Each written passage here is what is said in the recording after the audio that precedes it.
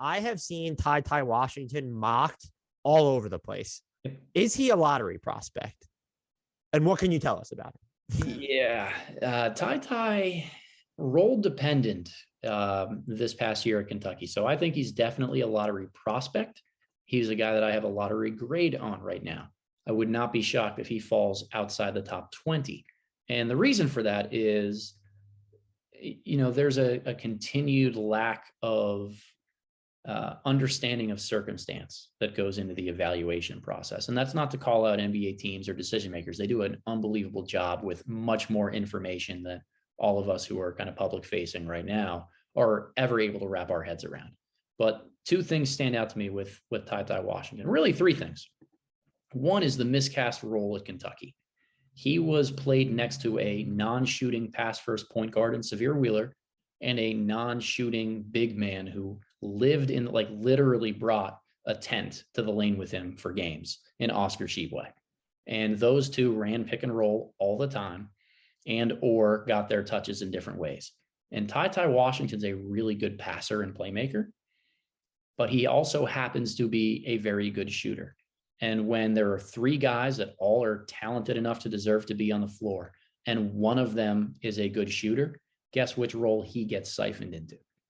He's having the ball taken out of his hands and saying, in order to make this work from a talent perspective, we need you to shoot. So TyTy Washington is running off screens, spotting up on the perimeter, not getting a ton of reps with the ball in his hands. There were a couple games this year when Severe Wheeler, the point guard of Kentucky, was out.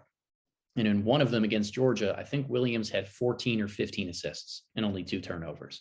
Like, the pick and roll upside for this guy when someone commits to letting him be him is huge. And the context there is that we've seen this time and time again from Kentucky guys that go to the NBA.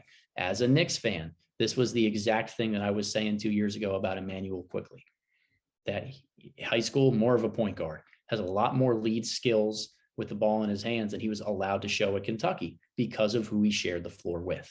And that was Tyrese Maxey.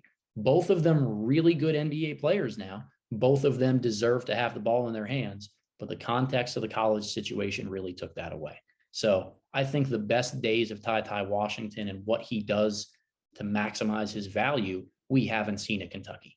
The other part of the equation that has to be mentioned is an ankle injury that he suffered in the middle part of the year, and the fact that his mother has had some ongoing illnesses drawing him and his attention, his emotional impact away from basketball at that time. I don't view that as a negative. I think that's just a fact of the situation, that, he cares about a lot of things outside of basketball. And I'm really sick of seeing that be held against prospects and say, oh, does he really love the game enough? Like, no, his mother's sick. He needs to have his attention on other things at this time. Right. And athletically, he didn't look the same coming back from an ankle injury. So I look at the entirety of the context, and I think that he's one guy, because he's not a fantastic athlete, that continues to get dropped down boards. But the Kentucky effect is real, folks. How many guards come out of that place time and time again and outperform their draft slot? Like, it happens pretty much every year. TyTy's the one guy this year. I think he's a lottery prospect, but I can easily see a world where he slides down boards. It's interesting to me that he would slide, even given the off-court concerns are bullshit. I hate that stuff too. It was just like one of the most egregious recent examples was Anthony Edwards. Does he like the game enough? And it's like, just shut the fuck up about that already, please. Jaylen Brown too. Like, I'm a Celtics fan. Oh yeah, what that was like, he's too smart. Yes. Or something for his own good. Oh my God. Yeah. And Washington, like, super philanthropic, has interests and loves to give back in the community. Like, how is anyone ever going to try to spin that into a negative? Just that he has other interests outside of basketball. And it's this huge, movement from decision makers that they just want basketball and impact, and no risk to try to take him away from it. But it's crap at the end of the day.